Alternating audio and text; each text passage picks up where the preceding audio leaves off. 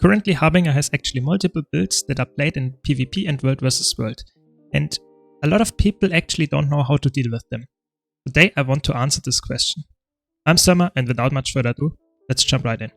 So recently, I released a video about how to counter Willbenders. Be sure to check it out, it's in the top right hand corner. And I want to continue this series and go through really important classes that people have problems to counter them. So today we're gonna take a look at Harbinger. So Harbinger, there are two builds in PvP floating around. You can play some condition one, and the more popular one nowadays is a power Harbinger. In World vs. World, it's a little bit more spread. There are power Harbingers, there are celestial Harbingers, but I'm talking about all of those builds because Harbinger plays mostly the same. It doesn't matter if you're playing power or condi. The key skills and key stuff that you have to be aware of is mostly the same. So let's jump right in. Of course, let's start with a standard tip that I have for all people that are struggling to counter any specific class is, if you struggle to play against it, maybe try it yourself. That's sometimes a really big important thing to do. Not to get better at it in particular, but it's more important that you understand how the class feels, what is the typical combo, what should you be aware of, you know. You get a little bit more insight when you check out the class. If you don't want to do that, that's not a big deal. Now we jump into the tips that you can do without trying out the class. So Harbinger has a little bit of, let's say, 3 to 4 key skills that you have to dodge or have to avoid. So let's start. Of course, if they are power Harbinger or if they have a sword in the offhand, the fear skill is really important to dodge. So it's this green projectile, it's flying, it has quite a long range, 900 range, and it will fear you. So try to avoid this because this is mostly a setup skill. If they land this, they will follow up with some nice damage. And there are other skills that are also really important to dodge. Of course, the elite skill, depending on it's a power or condi Harbinger, it deals power damage and condition damage, so it will always deal some damage.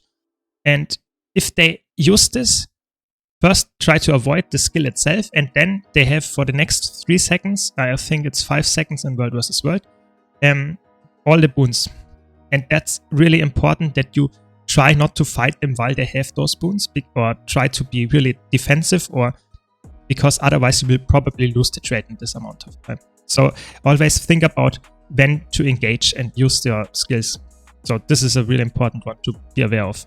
It's not that easy to tell because it's just, you know, a throw of an elixir, but you see they will pop up a lot of boons, and therefore just be aware and hide a bit, you know. So other skills that of course you should avoid, if they're playing staff, try to dodge the key staff skills, you know, that fear of course, or the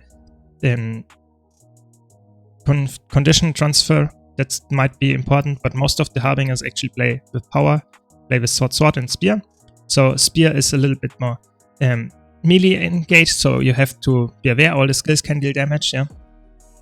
But I'm talking about corrupt skills that can be really important to dodge. So that might be the Dark Barrage here, the 2 skill in the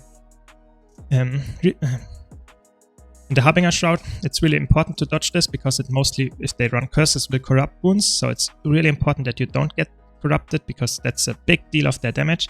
They've tried to do this in melee range. It's volley, and if everything lands, it's crazy damage. So be aware. Try to dodge this. Another really important skill is the Vital Draw. It's this float skill. If you run in, or if you are standing in it when it gets finished the cast, you will float and you will be CC locked for the next seconds. And that's really important that you don't get there because mostly the Harbinger will kill you in this amount of time.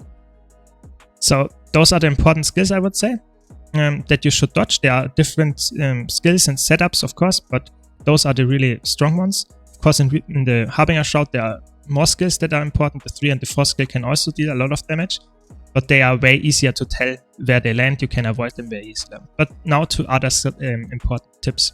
So Harbinger is really projectile based. It doesn't matter if it's a power or condition Harbinger. The Shroud always is projectile based, and Sword is also projectile based. So if you can keep up reflects or deflects, that can help you immensely, because Harbinger doesn't have a good way to get unblockable. And that means if you reflect, they almost deal no damage, you know. They have not a lot of skills that are not projectile based. So that's really important that you understand. Of course, if it's a spear, the spear does not care, but all the other weapons and stuff is really projectile heavy. So just to keep that in mind. And the next tip is also really important. Of course, it's for all classes important. Apply weakness. Weakness against the power Harbinger noodles their damage. That's of course really good. But even against the Condi Harbinger, the weakness is good because the dodge regeneration, the endurance regeneration is way lower. And that means that they don't have that many defensive options anymore. So weakness is always good. Another good point is use protection. Yes, you could be corrupted, but protection against the power Harbinger is extremely strong, especially when they use, for example, the Elixir of Ambition, so the elite skill. If they really go in and deal a lot of damage, if you get 33% damage reduction, or even 40 or something if you have a Tempest, that's extremely valuable. You get so much less damage even if they are buffed up. So that's really important. If you use it at the correct time, you don't have to upkeep it. Of course, if you can upkeep it, it's even better. But most of the time, in the correct moment, it might be beneficial to have protection. Then some more important tips. Line of sight. Like I said, Harbinger has a lot of projectile stuff, and projectiles can't go through walls or any line of sight for that matter. So in contrast to a Condi Reaper that has a lot of stuff that can easily go through walls, Harbinger doesn't have that much. So if you can line of sight them, and they won't deal that much damage anymore, because most of the spear skills are actually really, really close, you know, you have to be really, really close. And also the Harbinger Shroud skills are either projectiles, so can't go through walls, or are really close, you know, where they hit. And that means that you can deal a lot of damage to them if you have AoE skills, and you just line of sight them, you know, go around the stone here, or just be not in their direct line of sight. That's really important to understand. And that's also the next tip I have. Use the C-axis to your advantage. So if this golem is up here, they have an advantage on me because not all my skills will hit, you know, because I can't fire up there. Some skills, of course, can do that, but not all skills, you know. So you see, I can't use that even though I would be in range classically, you know, because the range is long enough. So be aware that this is really important to understand, that the height difference, so that you have the higher ground, is extremely strong against Harbinger. It's against most classes actually strong, but Harbinger is particularly strong because you can't deal that much damage from the down, let's say, lower position.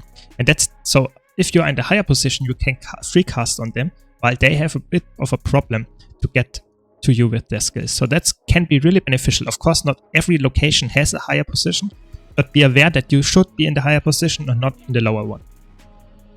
Another important point, especially against Power Harbinger, is actually try to deny their healing. They have a lot of healing, you know, they run with blood magic. So they have a lot of lifesteal, especially with spear, but they also get a lot of passive lifesteal, and that's really important, blood bank. So every single skill that heals them will also give some barrier. So if you can deny the healing so that the conversion rate is less effective, it's extremely valuable. And you can do that by applying poison, you know, and not giving them the lifesteal, because dodge the life skill or avoid the life skills. That's really important.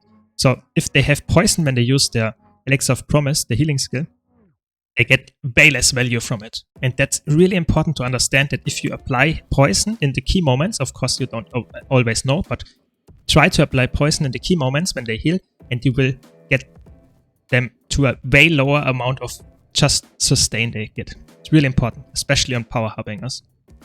And then, that's the last tip that I have for you. The 5 skill here creates this field.